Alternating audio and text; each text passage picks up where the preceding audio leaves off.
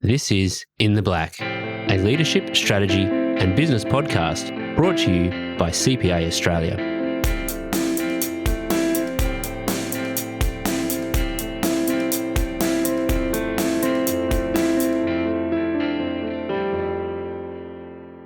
Welcome to CPA Australia's In the Black podcast. I'm Jacqueline Blondell, and today we're diving into the jobs market for finance professionals via the Hays 2025 Salary Guide. Joining us today is Shane Little, Managing Director of Enterprise Solutions, APAC, Hays. Welcome to In the Black, Shane. Thank you, Jackie. It's really good to be with you today. Now, personal and job satisfaction has raised its head in the 2025 findings. Does the amount you earn correlate with how satisfied you are in your job? Well, Jackie, I think it's fair to say it's not entirely linear. There's a correlation for sure, but there's some clear trends and some notable expectations amongst candidates. Generally, you see people who are paid higher salaries generally lead to greater satisfaction, but if they don't have the right relationship with their employer, the right relationship with their manager, the right balance between their personal life and their work life, and they don't see the value in the role of the organization they work for, the greater salaries are often forgotten and dissatisfaction creeping quite quickly. So it's not a matter of saying earning $250,000 and still expecting to be earning more at that sort of like just sub below the C-suite type of role. There's no dissatisfaction at that level. It's not as simple as saying there's no dissatisfaction. The data from our survey tells us that there is considerable higher levels of satisfaction at that greater than 250 level. So 83% of candidates report satisfaction with their job at that level, which is a pretty high number. Beneath the 250 level, it dropped to about 80. So again, a very high number. But when you start getting down to 100 to 150, it begins to plateau. And really that overall relationship, that balance, that input you have from your manager becomes really, really important. And then when you step down into some of the more entry-level roles that are typically held by younger generations, the younger workforce, that is where you begin to see a slightly less satisfied workforce or more dissatisfaction in terms of the relationship between employee and employer. AI raises its head in this survey as well. The survey says AI is clogging up the system. How's this happening? I thought AI was supposed to make things more efficient in the recruitment process. I think we could say AI is clogging up the system in many areas and not just in recruitment, but I think it's a really fascinating topic for our industry and for candidates trying to navigate the job seeking market. It's often a period of time of high emotion, and it's stressful, and not many people go through the job seeking process and look back on it as a period of time of great fun in their life. And AI has the potential to make it a richer experience, a better experience for candidates. But I don't think we're there yet. I think recruitment organizations, I think job boards, I think the likes of LinkedIn and employers themselves are really wrestling with how do we make the candidate experience better as a result of AI and not possibly more fragmented and sometimes more generic. Because what's happening is applications per job across Australia and New Zealand are at an all-time record high. The SEEK data tells us that. And some of that may be due to a slightly depressed job market. But without doubt, a big part of that is down to the fact that the majority of applicants today and job seekers today can write a job application, can tailor a resume to an advert or to a job description very easily using some of the freely available AI tools. And instinct would make you think that helps the job seeker. But actually what it is creating is almost a level playing field across the application base. And it becomes more difficult for people to differentiate themselves if everyone has access to the same tools. So we're in this period of time, I think, we're wrestling with the tools, we're wrestling with the technology, and we're not seeing the best outcomes for the candidates as a result of that. I think we will get there, and we in Hays are doing some really interesting stuff to try and accelerate the process and increase the candidate experience. a number of our customers are, and then a number of our peers in the marketplace and our partners in the marketplace who operate in the same sector are all working hard, a lot of it in collaboration to try and use the tools and the AI to create a richer candidate experience and ultimately get the best outcomes for candidates and hiring managers. We're certainly not there yet. So in essence, are we seeing sort of like many, many more applications, but it's hard to discern the quality because AI is making things uniform? Exactly that. I spent some time at an industry event last week, and Seek, who are obviously the main player in our job board market in Australia and New Zealand, provided some data, and they are now seeing a record number of applications per job. That's across their entire existence, going back 15, 20 odd years. We are seeing it, that there is heightened level of applications coming into our organization from candidates over the last 6 or 7 months. And the challenge for us and the challenge for employers and the challenge for hiring managers is how do you deal with that volume to find the most suitable applicants within that application base? And arguably they are in there because there is talent in the marketplace today and there is talent moving around, not in every skilled environment, but it is there. But as anyone who's been a hiring manager knows, screening 50 candidate applications or 50 resumes to try and find the 2, 3, or 4 you might choose to interview or carry out a phone screen with, if you don't have the right tools and technology to help you with that, that's a really manual and time-consuming process. So the level setting that AI has created, as you say, Jackie, has led to a slightly, I wouldn't say confused, but almost blurred application funnel that creates an awful lot more downstream impact to hiring managers and recruiters alike. But meanwhile, we've still got a few skill shortages in various areas. Which sectors and geographic areas are being hit the hardest by having trouble finding people? The skill shortages are varied, I think is the way I would describe it. If we look specifically at the sort of the finance environment and we think about this through the lens of a finance professional, we are seeing not mass disruption, but we are absolutely seeing disruption at some of the entry-level roles within the finance profession. Some of that happened 10, 12 years ago through offshoring, but now it's happening even faster through the acceleration of automation in some of their roles. And for this reason, we're seeing finance professionals become quite mobile. And what I mean by mobile is they're willing to move employers and they're willing to move organizations quite quickly for either better pay and conditions or for the opportunity to increase the diversity of their skill set and get new challenges in what they do. And the technical capability of a finance professional remains important. And where the candidate has that in spades, the employers are struggling to hold on to their best candidates. They are seeing candidates move unless they can offer them increased opportunity to develop their skills and then match their salary ambitions at the same time. The other element of skills, I think, that is relevant across all industries, but very much so in the finance space, is we used to use the term soft skills. We like to use the term human skills now across the industry. And what we really are talking about here is the skills of communication, teamwork, adaptability, flexibility. These sort of human skills are becoming really, really important in the workplace, like more broadly, but in particular in the digital finance landscape where you're trying to change how an organization does business, how it serves customers, how it interacts internally with people. These human skills from a finance profession perspective are becoming really, really, really important. Now, let's look at specifics. For finance workers, what sort of jobs and industries reap the best rewards in terms of pay and conditions?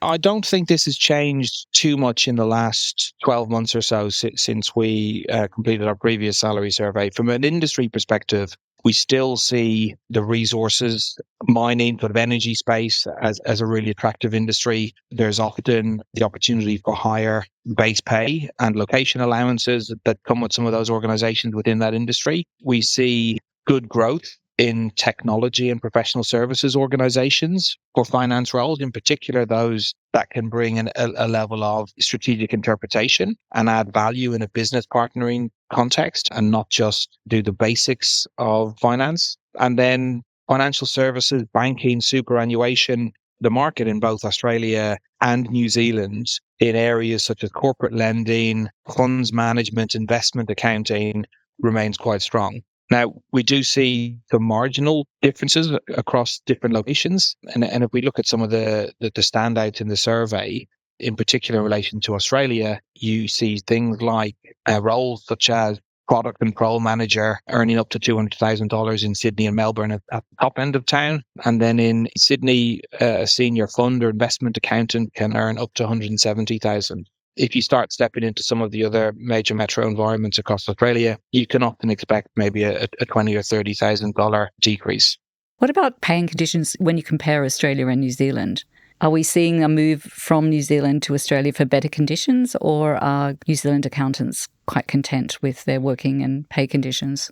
I think generally it's not a secret that there has continued to be significant skills migration out of New Zealand. And we've seen that not just to the east coast of Australia, but also to the west coast. And from a general sort of pay perspective, salaries in Australia are higher. We see that ranging anywhere from sort of 5 to 16, 17% across most industries and roles compared to New Zealand. And I mentioned earlier on an example of a fund or investment accountant would earn at the top end possibly $170,000 in Sydney. That might drop down to $140,000 in some of the other cities across Australia. In Auckland, the data tells us that same role would probably earn about 107 to 110, and that's New Zealand dollars. So there's a delta there, and that obviously makes Australia an attractive place for finance professionals to consider if career advancement and salary advancement is really, really high on their agenda. There's also the cost of living that you need to take into consideration. And whilst the cost of living crisis is arguably as severe in New Zealand and in some reports is more severe in New Zealand,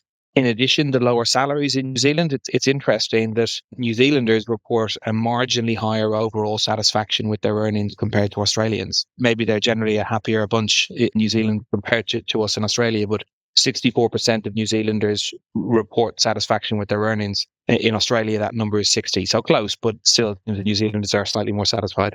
That's really interesting. You also sort of delved into generational attitudes to career progress.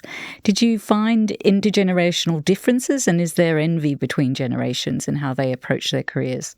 I think this topic of intergenerational envy is a fascinating one. I've got a 15-year-old son who is already beginning to think about the workforce and actually has his first part-time job. And I think he looks at me as a dinosaur. And when I tried to support him with his first job application, you could imagine the response I got.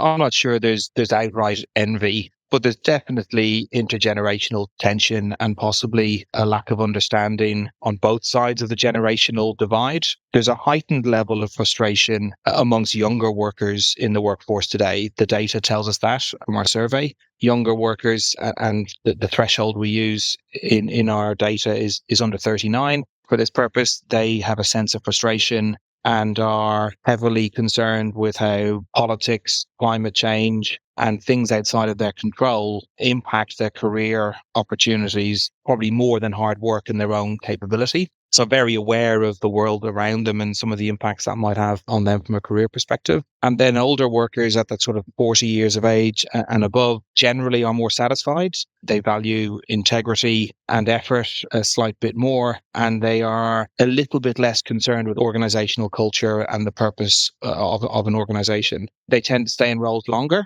and that job movement that we see amongst the younger workforce is far higher than it is in the older workforce. And aside from our survey, it's a topic that we talk about in our industry quite a lot, Jackie, the intergenerational workforce. The main change that is going to lead to is the likes of my generation will probably have one, maybe two, and quite possibly at a stretch, 3 different careers during the course of their working life. It's highly likely that my children entering the workforce and those in their early 20s today will have 4, 5, 6 different careers through the course of their working life. And that's a significant change in how you navigate your career and how an organization deals with those expectations of an employee. Yeah, remarkable when you think about it. Now let's look at gender. How's the gender pay gap going? Is it widening or narrowing? And does it depend on where you are on the corporate ladder?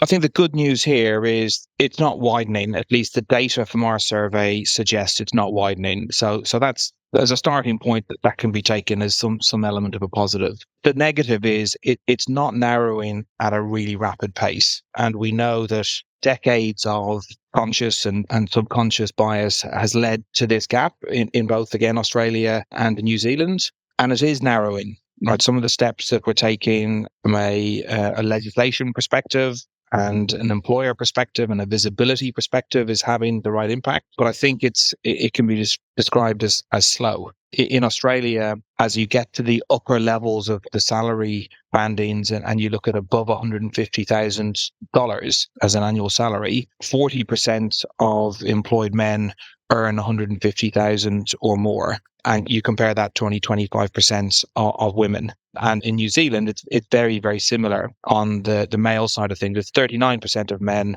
earn over $150,000 in New Zealand versus only 17% of women. So some interesting numbers in there that tell us it's still an issue we need to collectively work harder at.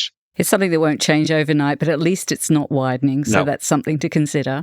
Now, for the last issue, let's look at your advice for job seekers. Considering these findings, what fundamental advice do you have for job seekers, particularly in the finance space?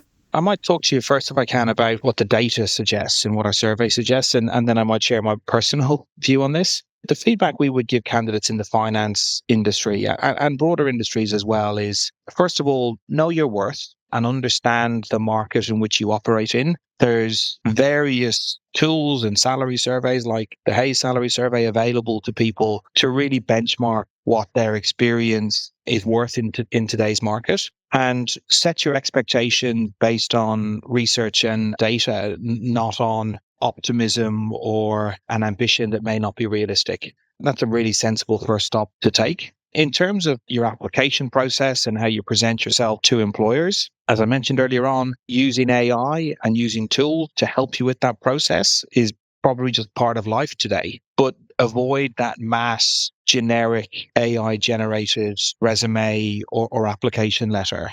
There is still a need for people to personalize themselves and to highlight the things they have done in their career or their personal lives that highlight those human skills and the ability to collaborate and work in teams. It's becoming more and more important. So generic applications have flooded the marketplace, and job seekers who stand out need to work a little bit harder to make themselves appear really personable in those applications. And then from a sort of an ongoing basis, and this is as much about career advice as opposed to job seeker advice, is prioritize roles in organizations that offer clear career paths and offer clear development opportunities for you. And if you are sitting in a role where you are frustrated or you don't have the right level of challenge or learning opportunity, sometimes people's first step will be to go and explore the external market. And my personal advice would be to always explore the internal market, either concurrently as exploring the external market or even first. Because sometimes you will find that organizations have the opportunity that you are looking for. They may not have themselves organized well enough to provide you with that opportunity or surface that opportunity to you automatically, but conversations can take you in very interesting directions within your own employer. So it's not always just about moving jobs. And then I would probably say from a personal perspective, I said earlier on, my son Jamie is in that stage of life where he's thinking about his career and he's got his first part-time job in school. And what I say to him all the time is there's two things that will differentiate you in today's workforce quite quickly. And one is collaboration and communication. Be able to talk to people from all walks of life and from all backgrounds. Great customer service, whether it's an internal customer or an external customer, goes an awful long way in this rapidly sort of changing world as AI comes at us from all angles. And the old adage of hard work and graft in today's world is as important as it was when I entered the workforce 25 odd years ago. And I think if you take both of those things into an application process, into an interview, or into a job in today's working environment, you have the opportunity to differentiate yourself quite quickly. That's great. Well, thanks so much for joining us today, Shane. Thank you, Jackie. It's been a pleasure talking to you. Really interesting topic. For our listeners eager to learn more, please check out the show notes for links for the full salary guide and additional resources from Hayes and CPA Australia. And don't forget to subscribe to In the Black and share this episode with your colleagues and friends in the business community. Until next time, thanks for listening. To find out more about our other podcasts, check out the show notes for this episode. And we hope you can join us again next time for another episode of In the Black.